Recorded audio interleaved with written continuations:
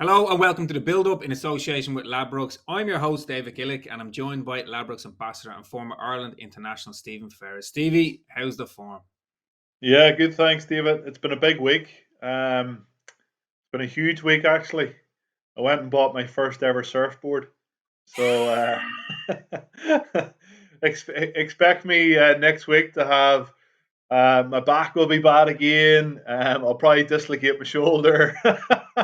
Yeah, I but thought you were going to say you bought new golf clubs or something, a surfboard. So you're a well, surfer. I did actually buy myself new golf clubs. About I Unique. haven't actually paid for them yet, but they're sitting waiting for me. But I haven't swung a club because I wrecked my back. So it's been, I think 38 days I'm on now that I haven't even swung a club. And I said to you before, I've a few golf days coming up. So yeah, the back's still at me a bit. So I'm just going to take it easy until that settles down. So get into the water, try and surf some nice easy waves. So that's the crack over the next week or two anyway. So hang on, right? Your back is at you. You want to take it easy. You went out and got a surfboard. Yeah, but it's not like I'm going to be on these 12, 14 foot waves. I'm going to be in the white water, just trying to get up on my feet. It's more of a recovery rather than actually trying to surf a wave. So after I'll be a bit of crack and get into the water and yeah, try and do a bit of recovery. So that's been a big week for me, David. It's a big week. Well, in other realms of the world, it was another big week. And I have to say, you called it right. You said that Ulster needed a victory after a tough few weeks, and that's exactly what they did. Defeating Edinburgh 16-10 in Scotland. James Hume said the win was the perfect tonic to the turmoil and hurt over the last couple of games. I think you're probably in agreement with him there.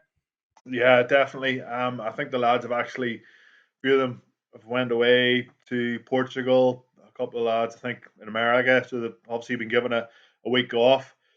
I wonder would they be given a week off if they didn't get the right result against Edinburgh. I was there covering the game.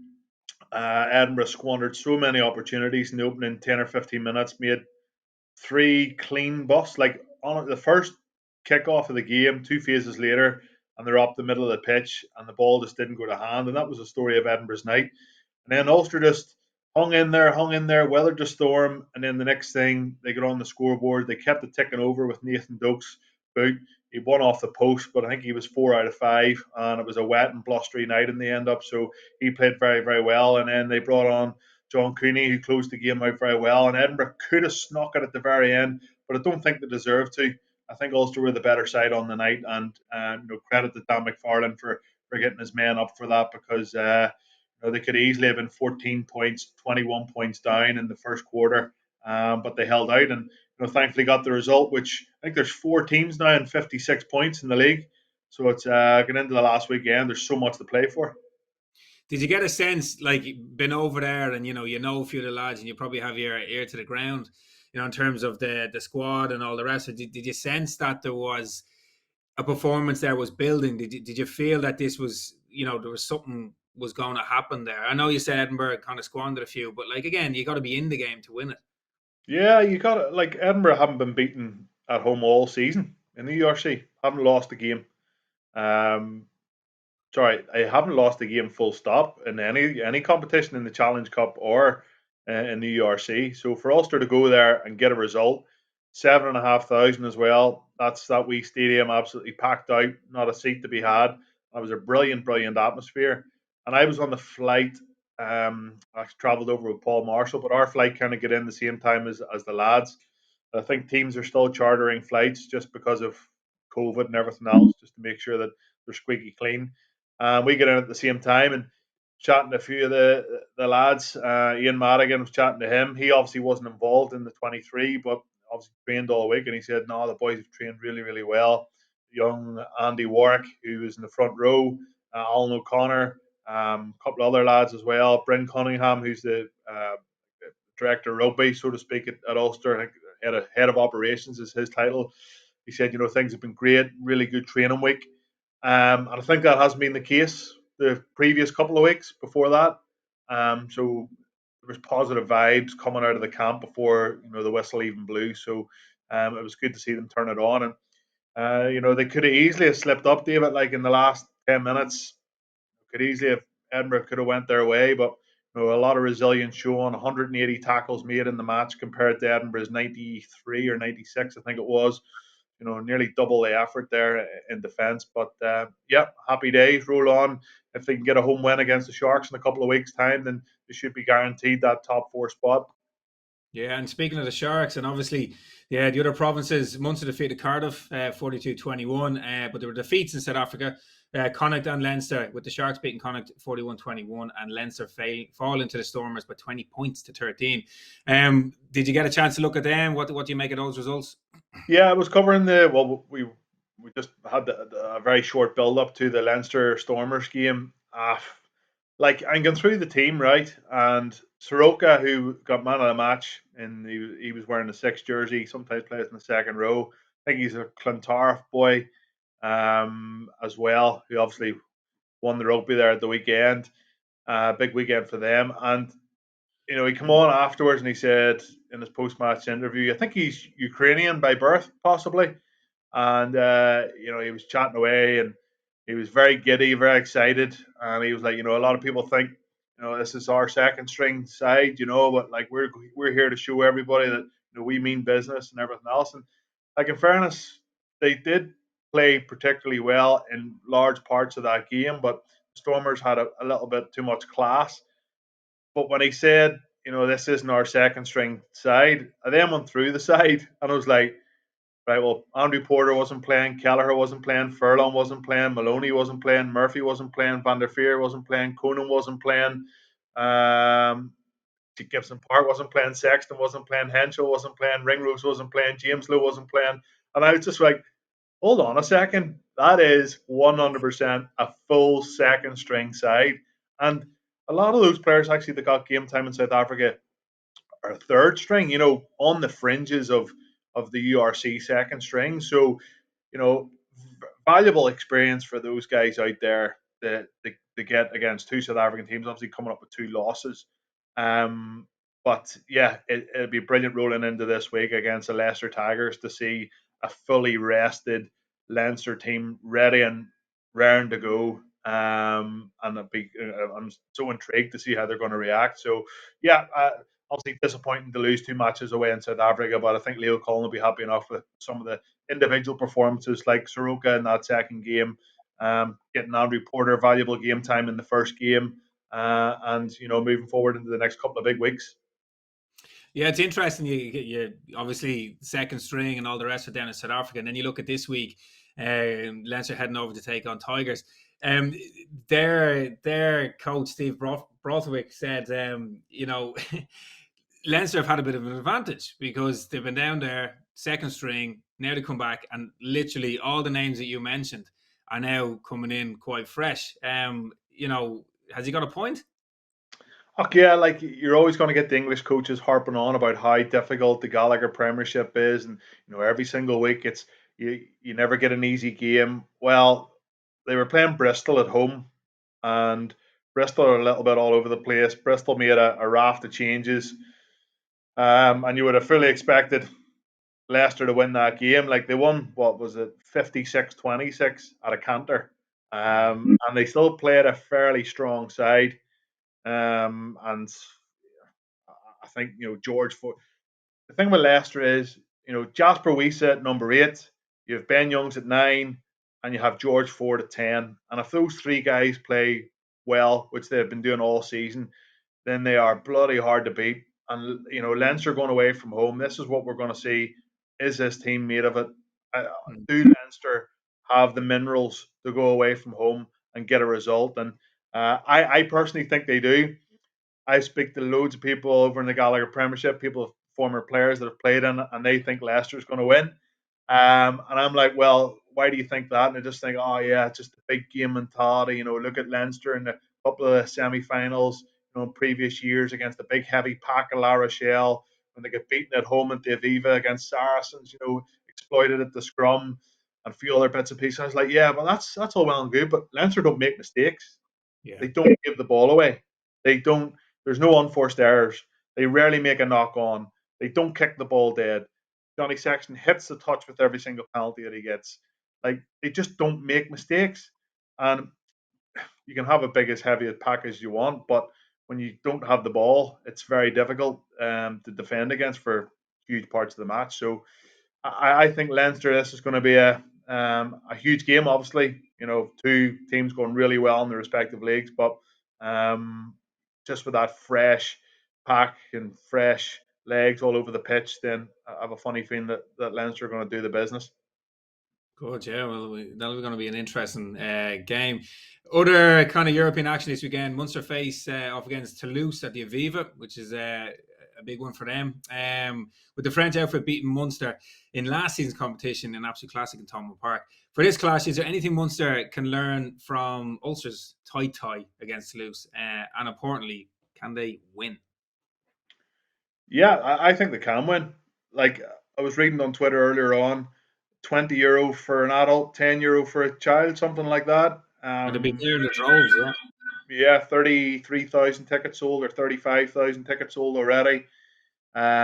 Seeing I think it's going to be a brilliant game. So you don't have to be a Munster fan or a Toulouse fan to go to the match. I think like seeing some of these world superstars on show, Entamac, Dupont, Serial Bay will be back, Marchand in the front row. A couple of players that didn't play against Ulster, they were being rested.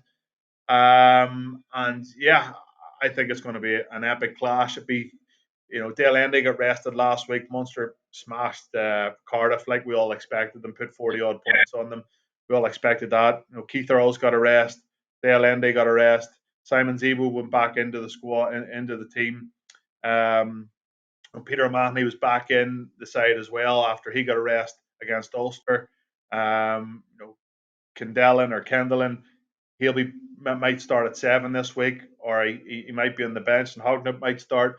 I think Johan van Grant's done a really good job over the last 2 or 3 weeks to give guys game time, but not burn them out. Joey Carberry to come back in, and I think, David, the big question for me, this is a huge game. Of course, it's a huge game. It's the biggest game of Munster season. But who's going to start at scrum half? Like Craig Casey was electric against Ulster, arguably man of the match in that game. If you're going to beat Toulouse, you have to play with tempo. You can't just keep kicking the ball away to him, like Ulster did in the second half at the Kingspan Stadium, and they ended up paying the price in the end.